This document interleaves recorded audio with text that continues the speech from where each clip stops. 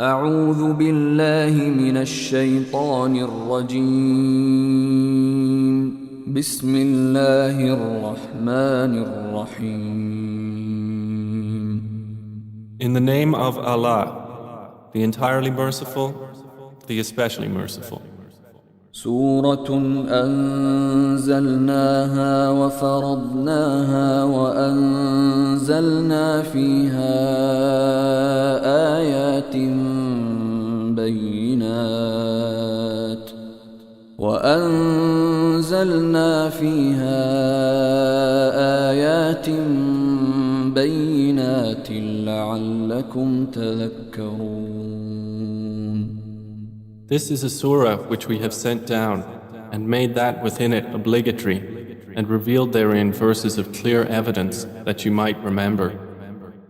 الزانية والزاني فاجلدوا كل واحد منهما 100 جلدة ولا تأخذكم بهما رأفة في دين الله إن كنتم تؤمنون بالله واليوم الآخر وليشهد عذابهما طائفة من المؤمنين. The unmarried woman or unmarried man found guilty of sexual intercourse, lash each one of them with 100 lashes, and do not be taken by pity for them in the religion of Allah, if you should believe in Allah and the last day, and let a group of the believers witness their punishment. الزاني لا ينكح إلا زانية أو مشركة والزانية لا ينكحها إلا زان أو مشرك وحرم ذلك على المؤمنين. The fornicator does not marry except a female fornicator or polytheist, and none marries her except a fornicator or a polytheist, and marriage to such persons has been made unlawful to the believers. والذين يرمون المحصنات ثم لم يأتوا ب4 شهداء فاجلدوهم 80 جلدة ولا تقبلوا لهم شهادة أبدا وأولئك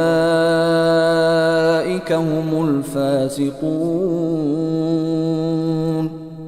And those who accuse chaste women and then do not produce 4 witnesses, lash them with 80 lashes and do not accept from them testimony ever after. And those are the defiantly disobedient. إلا الذين تابوا من بعد ذلك وأصلحوا فإن الله غفور رحيم. Except for those who repent thereafter and reform, for indeed Allah is forgiving and merciful. والذين يرمون أزواجهم ولم يكن لهم شهداء إلا أنفسهم فشهادة أحدهم 4 شهادات بالله إنه لمن الصادقين. And those who accuse their wives of adultery and have no witnesses except themselves, then the witness of one of them shall be 4 testimonies swearing by Allah that indeed he is of the truthful. والخامسة أن لعنة الله عليه إن كان من الكاذبين. And the 5th oath will be that the curse of Allah be upon him if he should be among the liars. ويدرأ عنها العذاب أن تشهد 4 شهادات بالله إنه لمن الكاذبين. But it will prevent punishment from her if she gives 4 testimonies, swearing by Allah that indeed he is of the liars. والخامسة أن غضب الله عليها إن كان من الصادقين. And the fifth oath will be that the wrath of Allah be upon her if he was of the truthful. ولولا فضل الله عليكم ورحمته وأن الله تواب حكيم. And if not for the favor of Allah upon you and His mercy, and because Allah is accepting of repentance and wise, إن الذين جاءوا بالإفك عصبة منكم لا تحسبوه شرا لكم بل هو خير لكم لكل امرئ منهم ما اكتسب من الإثم والذي تولى كبره منهم له عذاب عظيم. Indeed, those who came with falsehood are a group among you. Do not think it bad for you, rather it is good for you.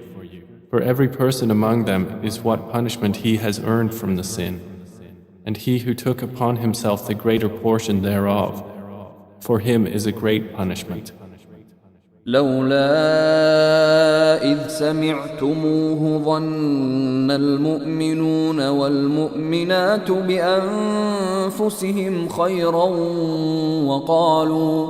وقالوا هذا إفك مبين.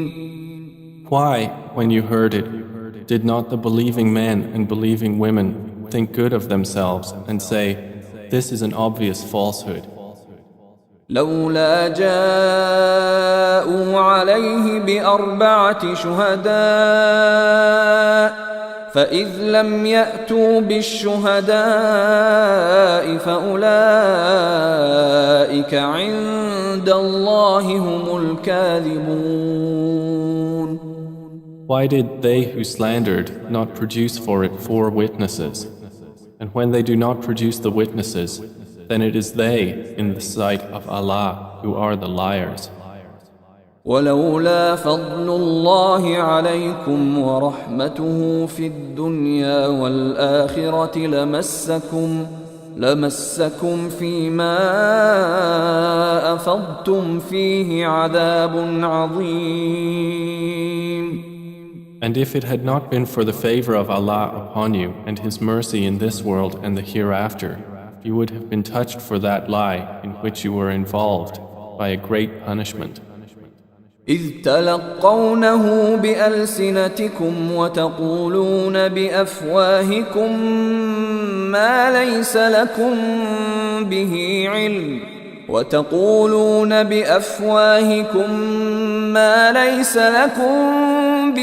علم وتحسبونه هينا وهو عند الله عظيم.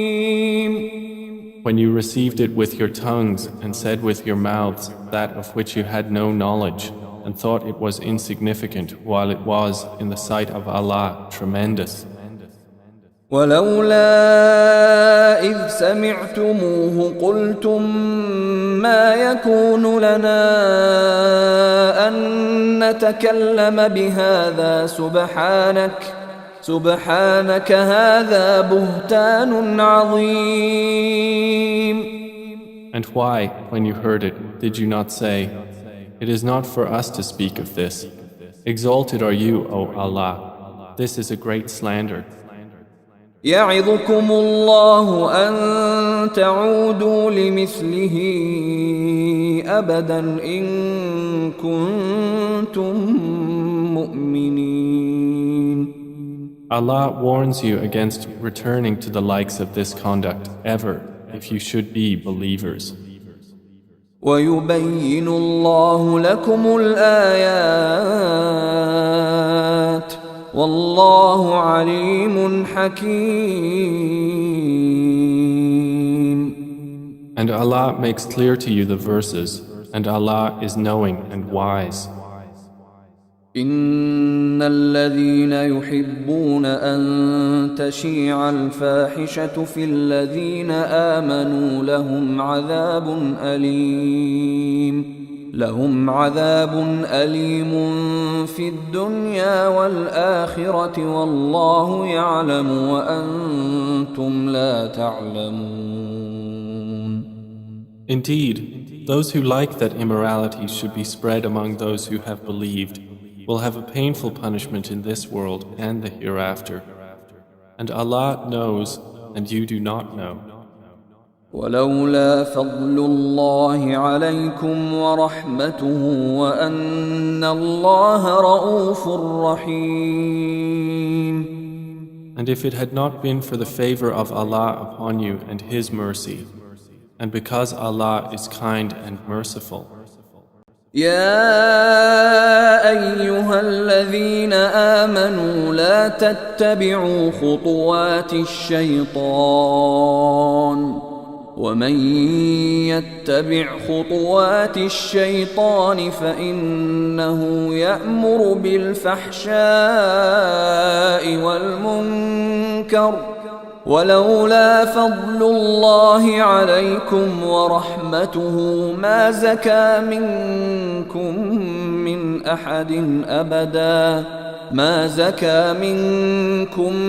من أحد أبدا ولكن الله يزكي من يشاء والله سميع عليم. O you who have believed, do not follow the footsteps of Satan. And whoever follows the footsteps of Satan, indeed, he enjoins immorality and wrongdoing. And if not for the favor of Allah upon you and His mercy, not one of you would have been pure ever. But Allah purifies whom He wills, and Allah is hearing and knowing. ولا يأتل أولو الفضل منكم والسعة أن يؤتوا أولي القربى والمساكين والمهاجرين في سبيل الله وليعفوا وليصفحوا ألا تحبون أن يغفر الله لكم والله غفور رحيم. And let not those of virtue among you and wealth swear not to give aid to their relatives and the needy and the immigrants for the cause of Allah, and let them pardon and overlook. Would you not like that Allah should forgive you? And Allah is forgiving and merciful. إن الذين يرمون المحصنات الغافلات المؤمنات لعنوا في الدنيا والآخرة ولهم عذاب عظيم. Indeed, those who falsely accuse chaste, unaware and believing women are cursed in this world and the hereafter, and they will have a great punishment. يوم تشهد عليهم ألسنتهم وأيديهم وأرجلهم بما كانوا يعملون. On a day when their tongues, their hands and their feet will bear witness against them as to what they used to do. يومئذ يوفيهم الله دينهم الحق ويعلمون أن الله هو الحق المبين. That day, Allah will pay them in full their true recompense, and they will know that it is Allah who is the manifest truth. الخبيثات للخبيثين والخبيثون للخبيثات والطيبات للطيبين والطيبون للطيبات أولئك مبرؤون مما يقولون لهم مغفرة ورزق كريم. Evil words are for evil men, and evil men are subjected to evil words.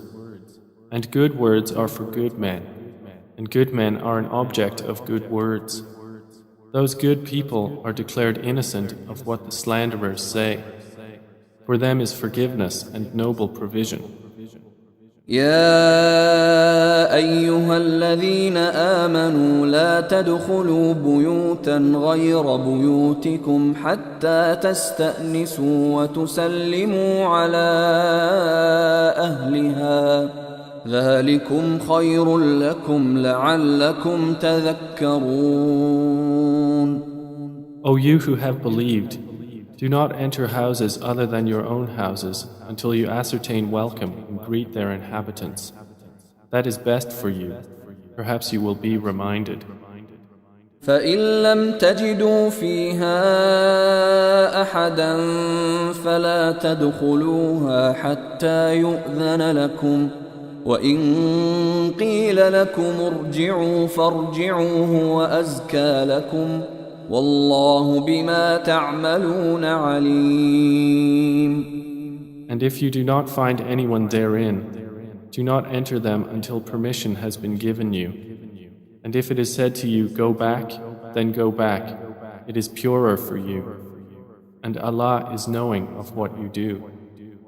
ليس عليكم جناح أن تدخلوا بيوتا غير مسكونة فيها متاع لكم والله يعلم ما تبدون وما تكتمون.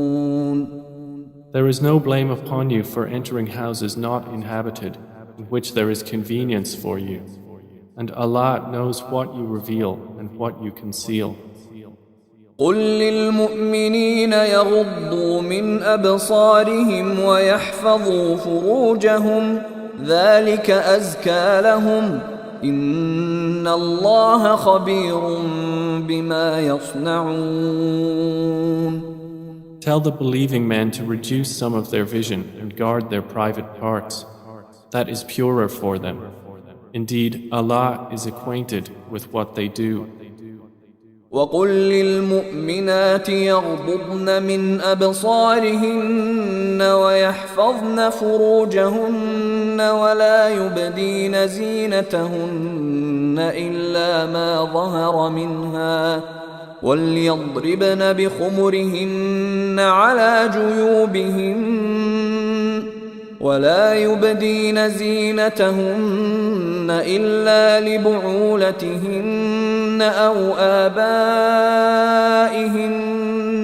آباء بعولتهن أو أبنائهن أو أبناء بعولتهن أو إخوانهن أو بني إخوانهن أو بني أخواتهن أو نسائهن أو ما ملكت أيمانهن أو التابعين غير أولي الإربة من الرجال أو الطفل الذين لم يظهروا على عورات النساء ولا يضربن بأرجلهن ليعلم ما يخفين من زينتهن وتوبوا إلى الله جميعا أيها المؤمنون لعلكم تفلحون.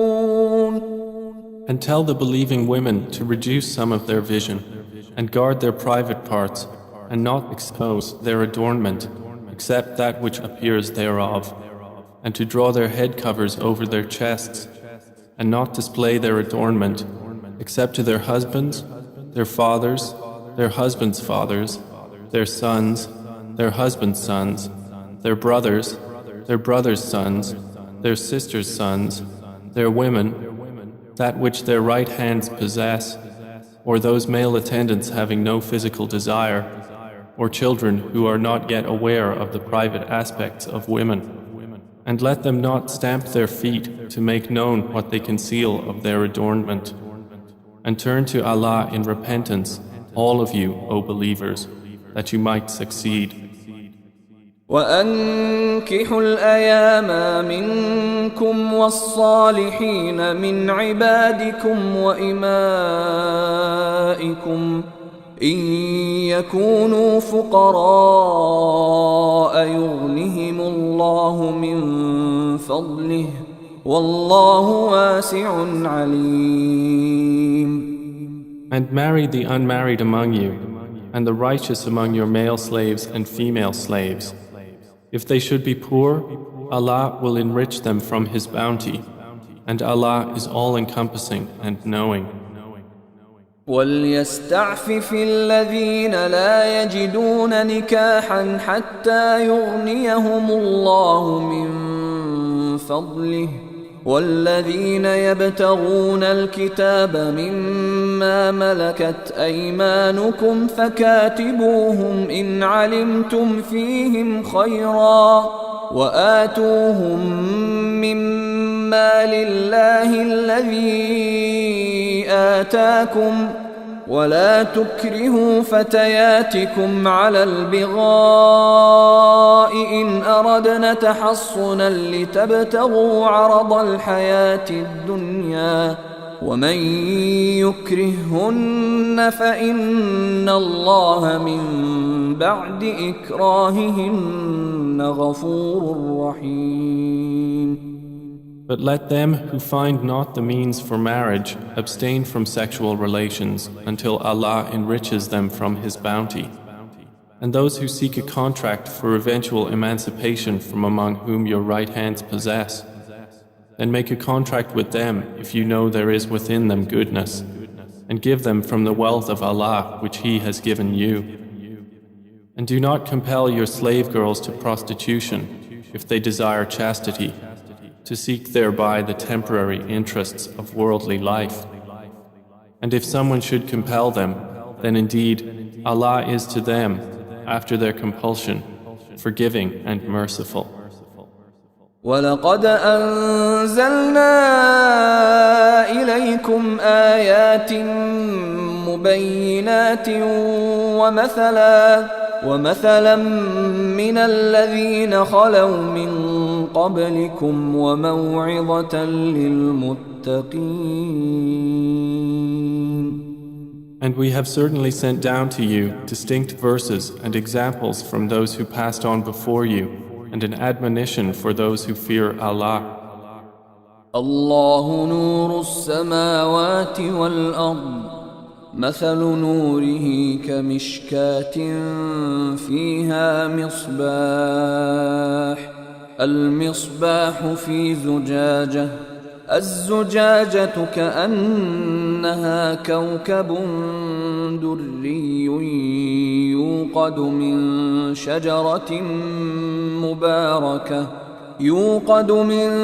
شجرة مباركة زيتونة لا شرقية ولا غربية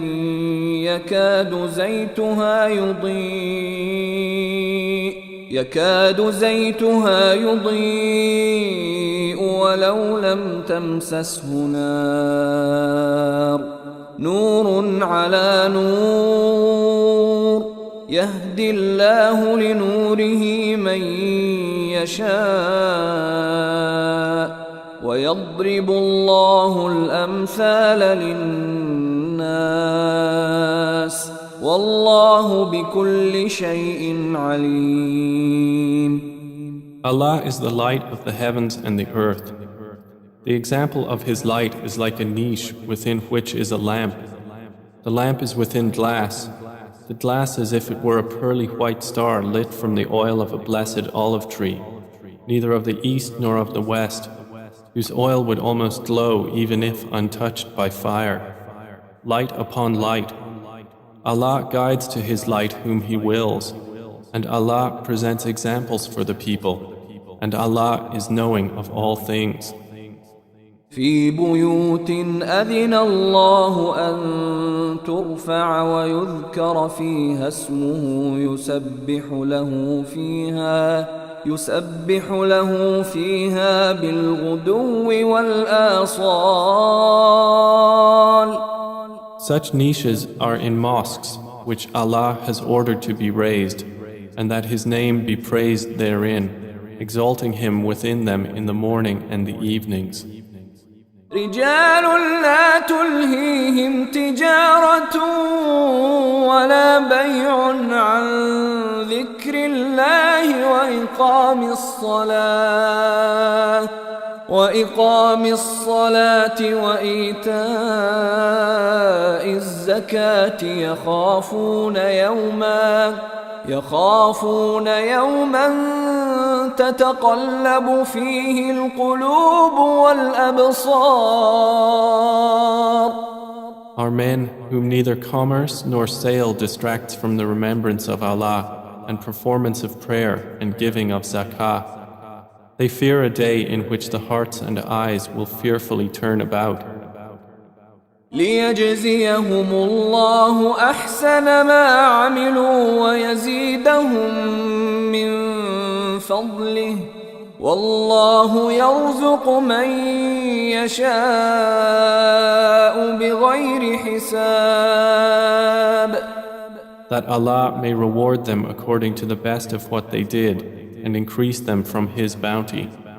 And Allah gives provision to whom He wills without limit. والذين كفروا أعمالهم كسراب بقيعة يحسبه الظمآن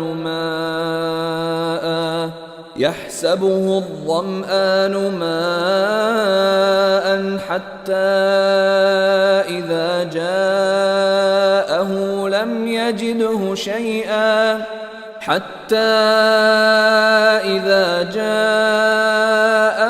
لم يجده شيئا ووجد الله عنده فوفاه حسابه والله سريع الحساب.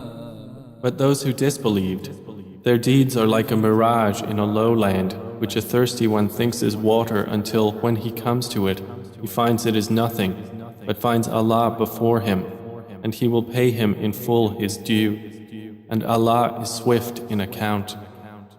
أو كظلمات في بحر لجي يغشاه موج من فوقه سحاب ظلمات بعضها فوق بعض إذا أخرج يده لم يكد يراها ومن لم يجعل الله له نورا فما له من نور. Or they are like darknesses within an unfathomable sea, which is covered by waves, upon which are waves, over which are clouds. Darknesses, some of them upon others. When one puts out his hand therein, he can hardly see it. And he to whom Allah has not granted light, for him there is no light. ألم تر أن الله يسبح له من في السماوات والأرض والطير صافات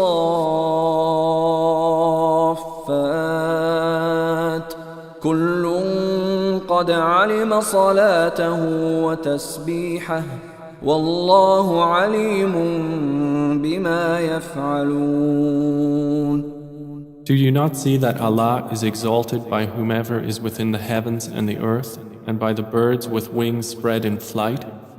Each of them has known his means of prayer and exalting Him, and Allah is knowing of what they do. وَلِلَّهِ مُلْكُ السَّمَاوَاتِ وَالْأَرْضِ وَإِلَى اللَّهِ الْمَصِيرُ. And to Allah belongs the dominion of the heavens and the earth, and to Allah is the destination.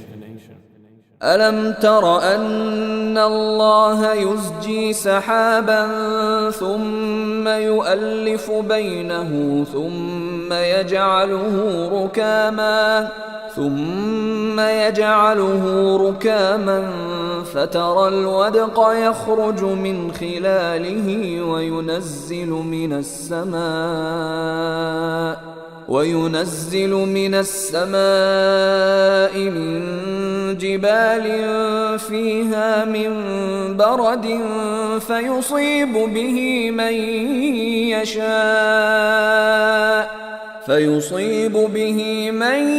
يشاء ويصرفه عن من يشاء يكاد سنا برقه يذهب بالأبصار. Do you not see that Allah drives clouds? Then He brings them together, then He makes them into a mass, and you see the rain emerge from within it.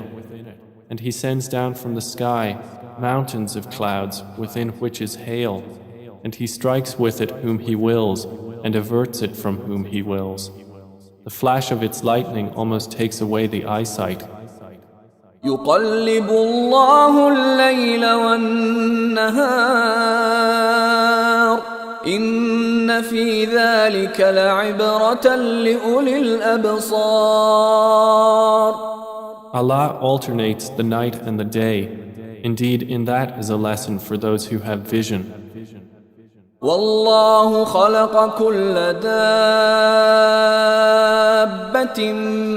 من ماء فمنهم من يمشي على بطنه ومنهم من يمشي على رجلين ومنهم من يمشي على أربع يخلق الله ما يشاء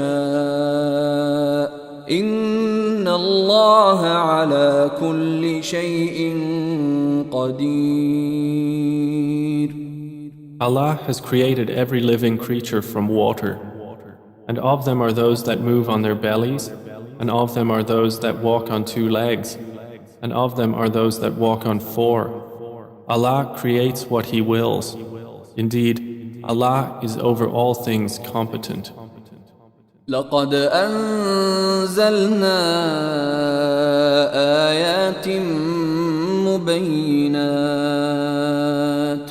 والله يهدي من يشاء إلى صراط مستقيم.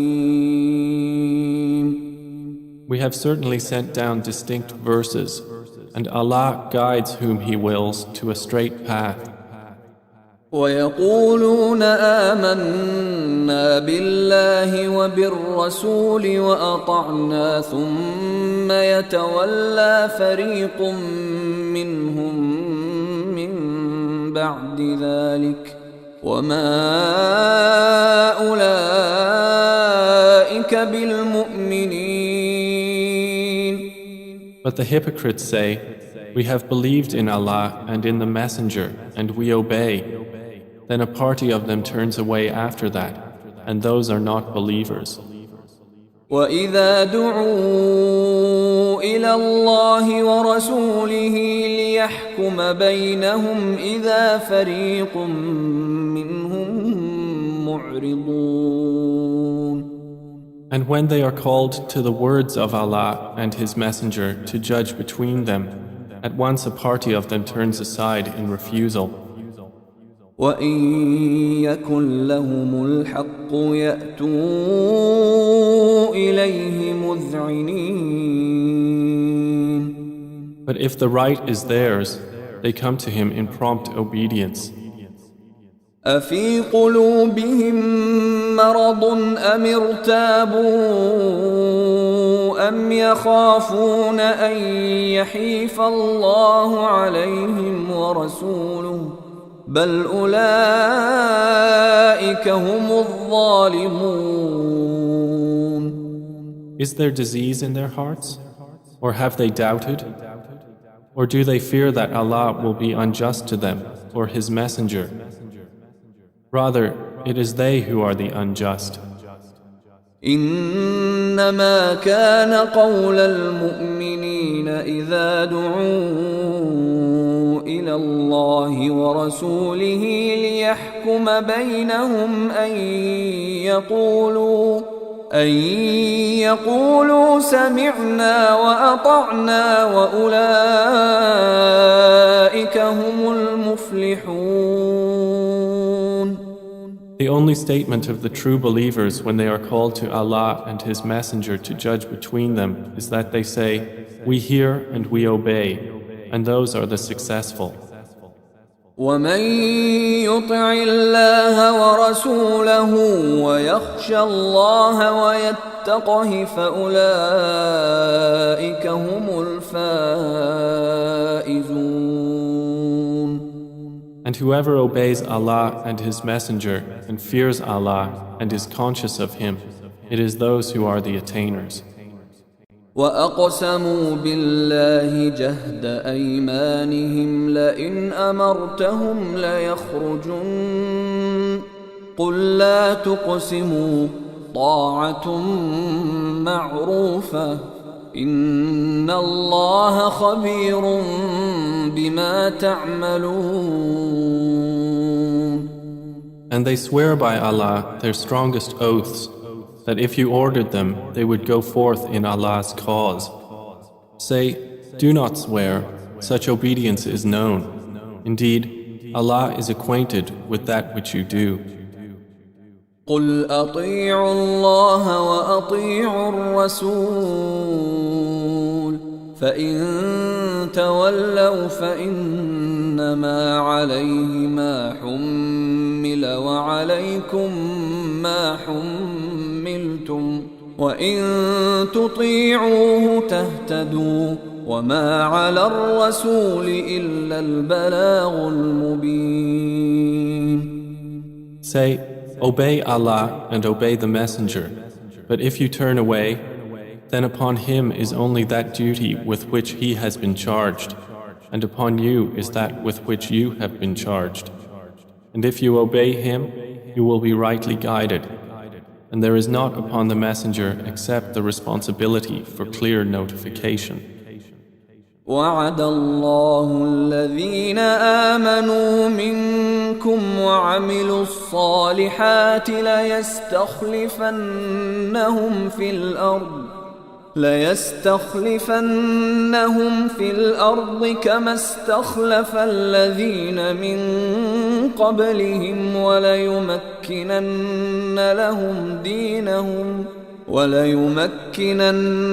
لهم دينهم الذي ارتضى لهم وليبدلنهم من بعد خوفهم أمنا يعبدونني لا يشركون بي شيئا ومن كفر بعد ذلك فأولئك هم الفاسقون. Allah has promised those who have believed among you and done righteous deeds that He will surely grant them succession to authority upon the earth, just as He granted it to those before them, and that He will surely establish for them therein their religion, which He has preferred for them, and that He will surely establish for them after their fear security, for they worship Me, not associating anything with Me. But whoever disbelieves after that, then those are the defiantly disobedient. وأقيموا الصلاة وآتوا الزكاة وأطيعوا الرسول لعلكم ترحمون. And establish prayer and give zakah and obey the Messenger that you may receive mercy. لا تحسبن الذين كفروا معجزين في الأرض ومأواهم النار ولبئس المصير. Never think that the disbelievers are causing failure to Allah upon the earth. Their refuge will be the fire, and how wretched the destination.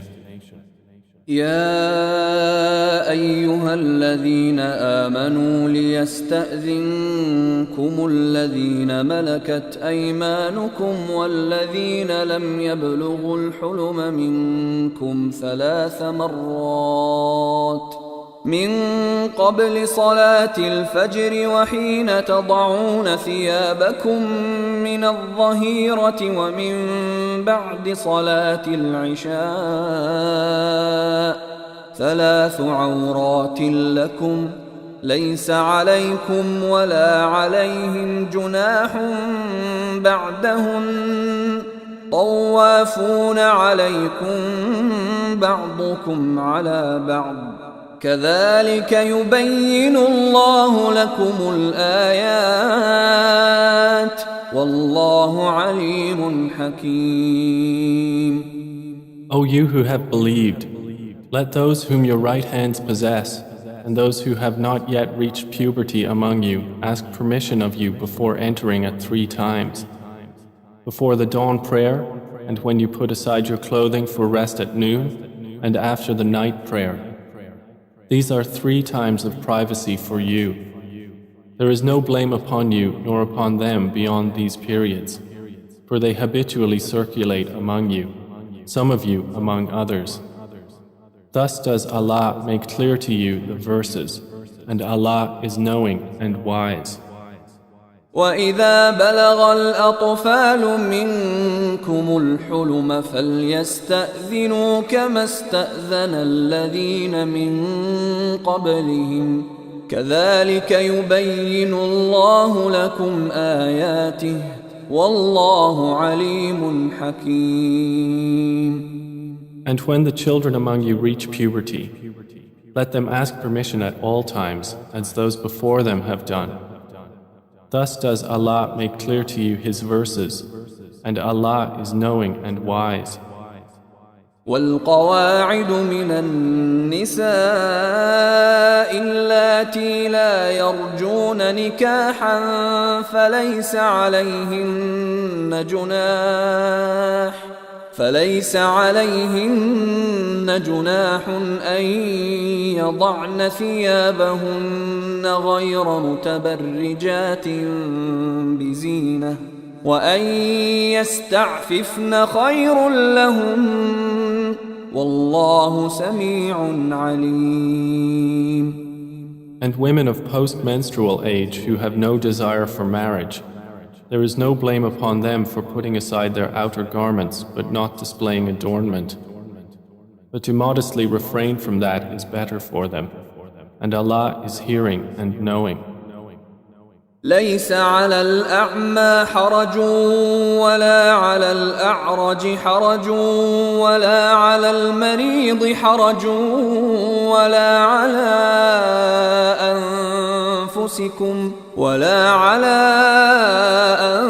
أنفسكم أن تأكلوا من بيوتكم أو بيوت آبائكم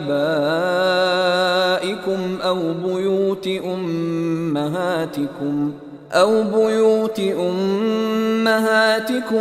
بيوت إخوانكم أو بيوت أخواتكم أو بيوت أعمامكم أو بيوت عماتكم أو بيوت أخوالكم أو بيوت خالاتكم أو ما ملكتم مفاتحه أو صديقكم ليس عليكم جناح أن تأكلوا جميعا أو أشتاتا فإذا دخلتم بيوتا فسلموا على أنفسكم تحية من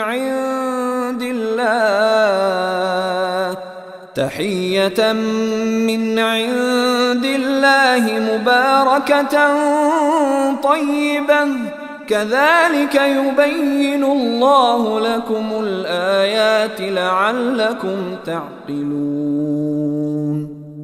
There is not upon the blind any guilt, nor upon the lame any guilt, nor upon the ill any guilt, nor upon yourselves if you eat from your own houses, or the houses of your fathers, or the houses of your mothers, or the houses of your brothers, or the houses of your sisters, or the houses of your father's brothers, or the houses of your father's sisters, or the houses of your mother's brothers, or the houses of your mother's sisters, or from houses whose keys you possess, or from the house of your friend. There is no blame upon you whether you eat together or separately. But when you enter houses, give greetings of peace upon each other, a greeting from Allah, blessed and good. Thus does Allah make clear to you the verses of ordinance, that you may understand.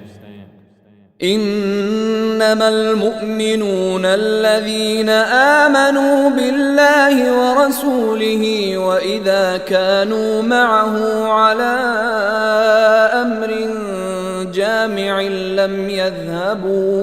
لم يذهبوا حتى يستأذنوه إن الذين يستأذنونك أولئك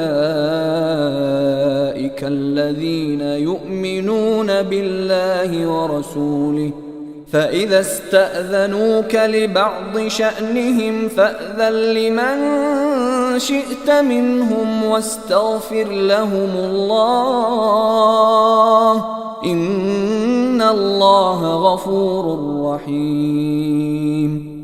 The believers are only those who believe in Allah and His Messenger. And when they are meeting with Him for a matter of common interest, do not depart until they have asked His permission. Indeed, those who ask your permission, O Muhammad, those are the ones who believe in Allah and His Messenger.